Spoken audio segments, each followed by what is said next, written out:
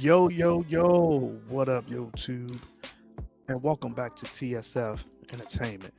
We're bringing you a new segment called Firm. What's the word? Now, I know some of y'all asking yourself, what's firm? What's the word? Well, Firm, what's the word is a new segment where we just touch on anything entertainment, whether it's music, whether it's fashion, whether it's movies, whether it's TV shows, just anything in general that's in the entertainment industry that has been going on a weekly basis. So, without further ado, let's just get into it. This week, we're going to get into some things that happen into the music biz. First up, we have Lil Boosie, who's agreeing with a tweet that's posted. The tweet says, nobody from the South has Jay-Z ahead of Boosie on their all-time list. Little Boosie agrees, reposting the tweet along with his caption saying, I fuck with Jigga, but this facts.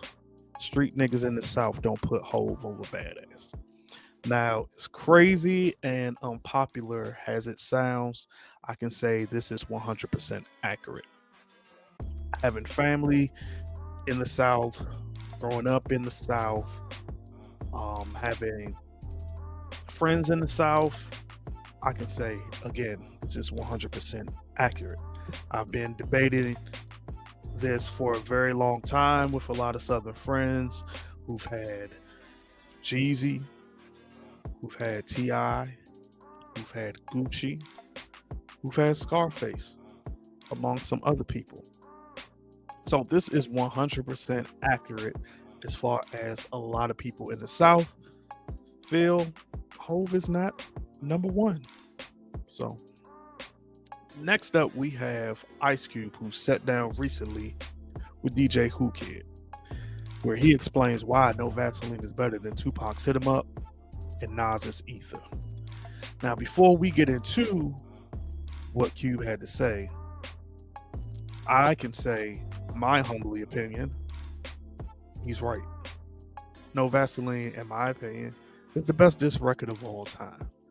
Now, this is no disrespect to Pac. This is no disrespect to Nas. I know a lot of people have Hit 'Em Up and Ether both in those number one, number two slots. Me, no. I have No Vaseline as the best diss record.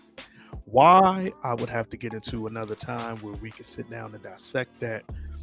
But I agree with Cube to a certain extent. I don't agree fully with his reasonings, but I still feel that it is number one of all time, and it's better than both. But let's get into Cube discussing why he feels it's better than both of them. How's Tupac number one when he needed help on that record? Me, No Vaseline, one MC. You want to hear who's I number took two? out who? Ether, Nas. Nah, man. I love Nas, but it's not.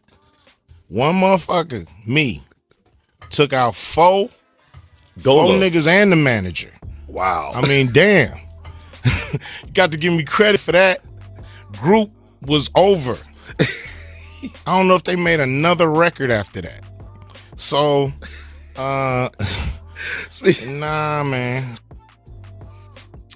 In that same interview with Who Kid, they discussed from Tony Yayo's recent interview on Drink Champs with DJ Effin, excuse me, folks, and Noriega, where they go back and forth in a debate between who's the better storyteller between Ice Cube and Biggie. Tony Yayo says Biggie's the best storyteller of all time. DJ Effin says Ice Cube is the best storyteller of all time. Now, before we get into it, I would have to say, in my humbly opinion, that is Biggie. Biggie is a better storyteller than Ice Cube. Now, after that viral moment, this went on debate back and forth on Twitter for about a week. Like I said, my humbly opinion, I feel Biggie's better storyteller than Cube. Now, that's no diss or no jab at Cube. Cube is probably maybe top 5, maybe top 10 storyteller of all time. But I would have to agree with Yayo that he's better. So let's get into it and let's see what Yayo had to say about this. Ice Cube is a better storyteller than Biggie? Lyricist? You fucking bugging. But Biggie's one of the best. You lost your fucking mind. But Biggie's one of the best. Big Ice Cube is better than Biggie with storytelling? As a totality, yes. You fucking bugging, nigga. You lost your fucking mind. So as you can see, Tony Yayo told DJ Effin he's out of his mind.